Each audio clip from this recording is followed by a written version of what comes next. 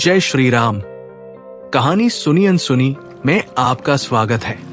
कल्पना कीजिए, चांदनी रात, समुंदर के पार चमकता हुआ एक नगर, स्वर्ण महल, रत्न जड़ित दीवारें, संगीत और मदिरा की गूंज।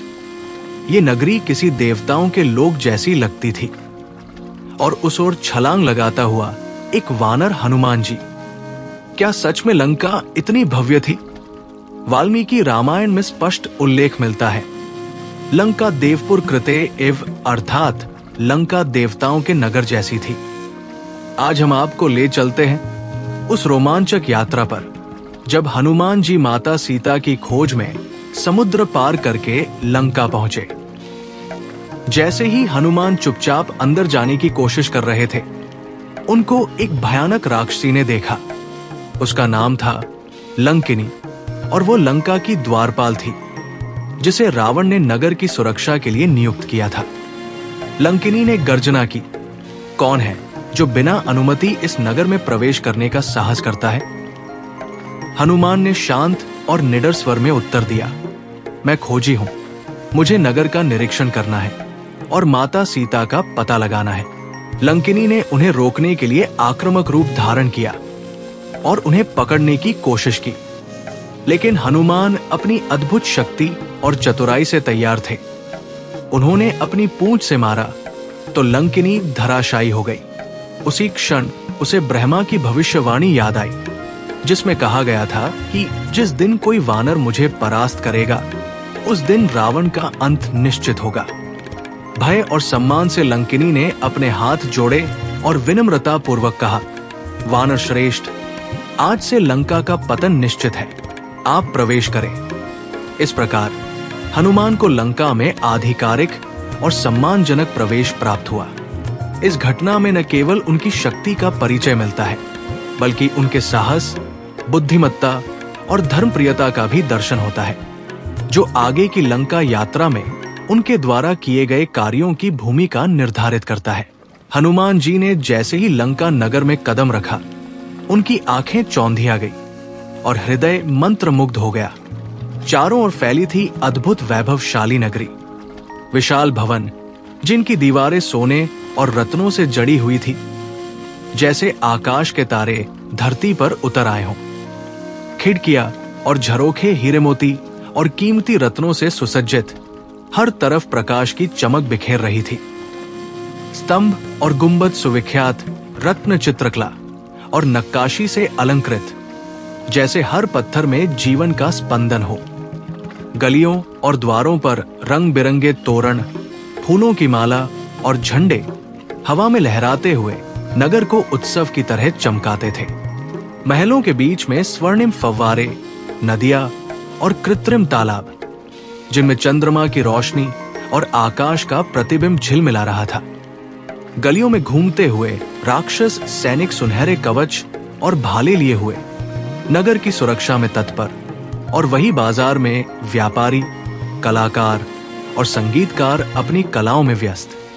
कहा जाता है कि इस अद्भुत नगर का निर्माण स्वयं विश्वकर्मा ने किया था और बाद में रावण ने इसे बलपूर्वक अपने अधिकार में ले लिया। हनुमान जी मंत्रमुग्ध थे। ये नगर केवल वैभव का प्रतीक नहीं, बल्कि शिल्पकला, शक्ति और पापधर्म की गूढ़ मिश्रण कथा का अद्वितीय उदाहरण था। उन्होंने सोचा, इतनी भव्यता और वैभव के बावजूद नगर में धर्म और संयम का अभाव दिखाई देता है। ये एक राजसी जाल है, जहां लालच और अहंकार छिपे हैं। हनुमान जी धीरे धीरे लंका की सुनहरी गलियों और भव्य महलों से गुजरे। चारों ओर अद्भुत वैभव और भव्यता के साथ जीवन की विविध झलकियां नजर आ रही थी। कई राक्षस मधुर संगीत, ढोलक और वीणा के स्वर में डूबे थे, नाच गाने और उत्सव में मग्न। कुछ स्त्रियां सुनहरी वस्त्रों और रत्नों से श्रृंगारित अपने श्रृंगार में व्यस्त थी, जैसे समय रुक गया हो। मद्यशालाओं में राक्षस भयंकर हंसी के बीच शराब पी रहे थे, मांसाहार में लिप्त और अपनी शक्ति का प्रदर्शन कर रहे थे। महल के द्वार पर सैनिक गदा और भाले लिए हुए कड़ी निगरानी में खड़े हर आने जाने वाले पर सतर्क नजर रखते। हनुमान जी ने देखा कि धन और शक्ति की कोई कमी नहीं, लेकिन हर जगह धर्म और संयम का अभाव और राक्षसों की जीवन शैली में लालच, अहंकार और अधर्म स्पष्ट रूप से झलक रहा था। हनुमान जी मन ही मन सोचने लगे, ये नगर कितनी भव्यता और शक्ति में समृद्ध है, लेकिन धर्म और संयम की अनुपस्थिति इसे विनाश की ओर ले जा रही है। आगे बढ़ते हुए हनुमान जी रावण के भव्य राजमहल में पहुंचे। महल का वैभव उनकी कल्पना से परे था। सुनहरी दीवारें, रत्नों से जड़े स्तंभ, चमचमाते झरोखे और विशाल कक्ष, चारों ओर फूलों की सजावट, झिलमिलाती मोमबत्तियां और मधुर संगीत की गूंज थी। गलियों में स्त्रियां सज-धज कर चल रही थी और सेवक एवं राक्षस मदिरा की गंध और पंखों से सुसज्जित बर्तन लेकर काम में व्यस्त थे। राज शयन में रावण अपने सिंहासन पर लेटा हुआ प्रभुत्व और अहंकार की छवि लिए हुए प्रतीत हुआ। उसके समीप एक सुंदर स्त्री रत्न और गहनों से लदी हुई विश्राम कर रही थी। हनुमान जी का हृदय एक क्षण के लिए धड़क उठा। क्या ये माता सीता है? उनके मन में उत्साह और प्रसन्नता हुई, लेकिन तुरंत ही उनका विवेक जागा। उन्होंने ध्यान से सोचा, माता सीता न तो श्रृंगार करेंगी, न मद्यपान करेंगी। ये कोई और थी, मंदोदरी, रावण की पत्नी, जिसकी भव्यता और गरिमा अलग थी। हनुमान जी ने भ्रम दूर किया और ध्यानपूर्वक आगे बढ़ते हुए अपने मिशन पर केंद्रित रहे। महल के एक शांत और भव्य कोने में हनुमान जी की नजर अद्भुत रथ पर पड़ी। पुष्पक विमान। ये विमान सोने, कीमती रत्न और रंग बिरंगे पुष्पों से सुसज्जित था। हर ओर उसकी चमक और वैभव की झिलमिलाहट फैल रही थी। कहा जाता है कि यह दिव्य रथ मूलतः कुबेर का था, जिसे रावण ने अपनी शक्ति और लालच से छीन लिया था। विमान की बनावट और सौंदर्य देखते ही बनते थे। झिलमिलाते रत्न, चमकती सोने की पट्टियां, फूलों की माला और महीन नक्काशीदार पंख, जैसे हर भाग में कोई दिव्य कलाकार की आत्मा बस गई हो। हनुमान जी ने महसूस किया कि यह रथ केवल भौतिक वैभव का प्रतीक नहीं, बल्कि शक्ति और नियंत्रण का उपकरण था। उसकी गति अद्भुत थी। ये पल भर में कहीं भी उड़ सकता था, आकाश में निर्बाध और स्वतंत्र।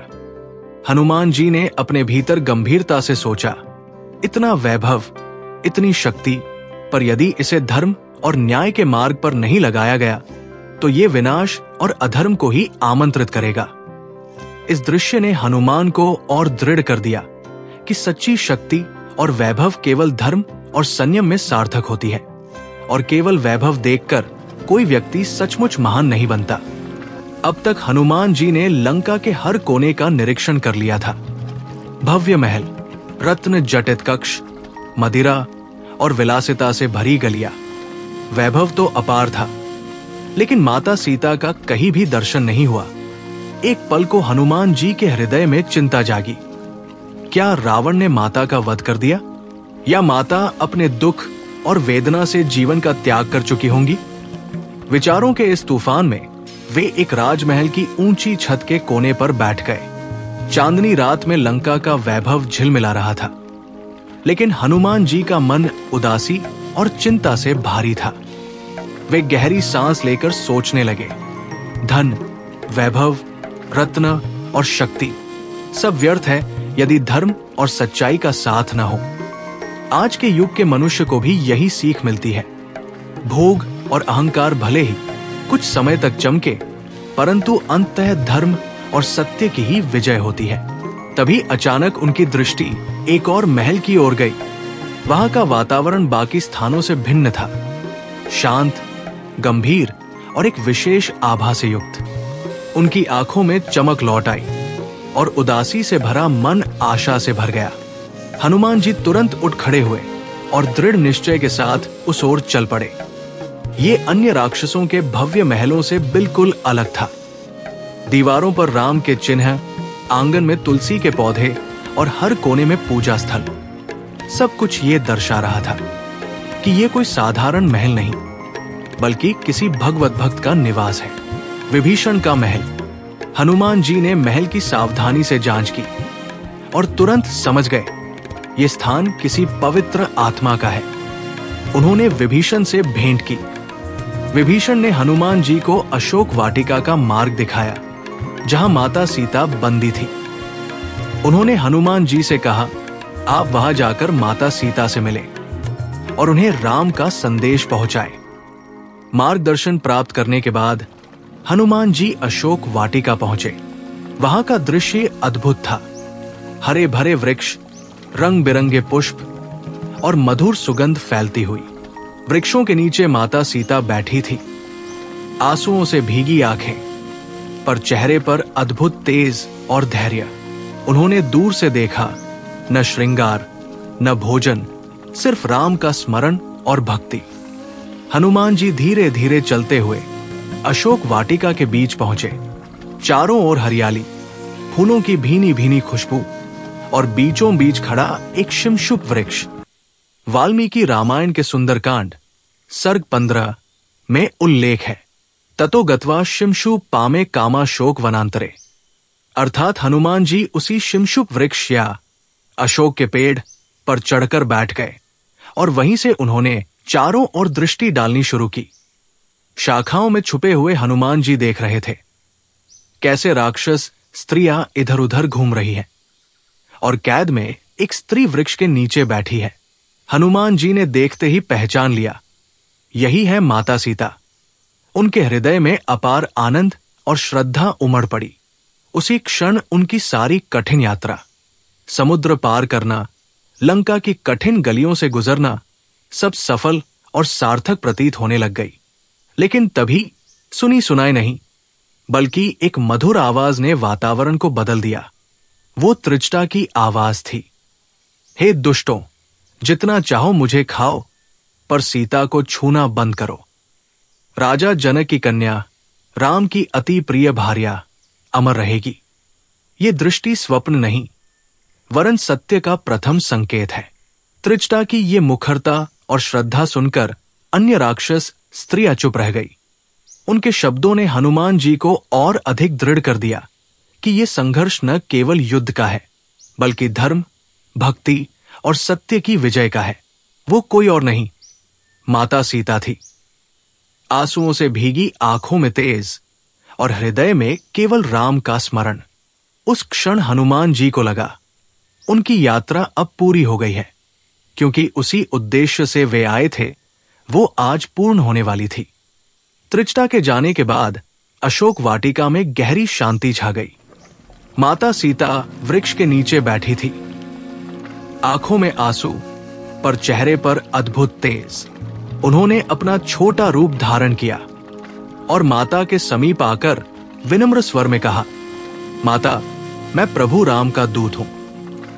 माता सीता पहले चौंकी। उनके हृदय में आश्चर्य और संदेह उमड़ पड़ा। तभी हनुमान जी ने प्रभु श्रीराम की अंगूठी आगे बढ़ाई। अंगूठी देखते ही माता की आंखों से आंसू बन निकले। उन्होंने कहा, यदि ये राम की मुद्रिका है तो तुम सत्य कह रहे हो। ये वही है जो मेरे स्वामी की उंगली में शोभित होती थी।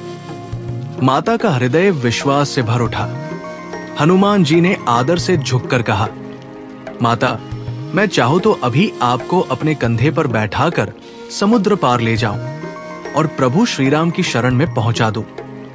पर माता सीता ने धैर्य और धर्म की दृढ़ता से उत्तर दिया, नहीं पुत्र, मैं चाहती हूं कि स्वयं श्रीराम आए और मुझे मुक्त करें। यही धर्म है और यही मेरे पतिव्रत का पालन। इसके बाद उन्होंने गंभीर स्वर में संदेश दिया, हनुमान, प्रभु से कहना कि मैं केवल 1 मास और प्रतीक्षा कर सकती हूं। इसके बाद रावण बलपूर्वक छूने का प्रयास करेगा। हनुमान जी ने माता को प्रणाम किया और आदर पूर्वक बोले, माता, प्रभु अवश्य आएंगे। आपका धैर्य और भक्ति स्वयं विजय का मार्ग बना देंगे।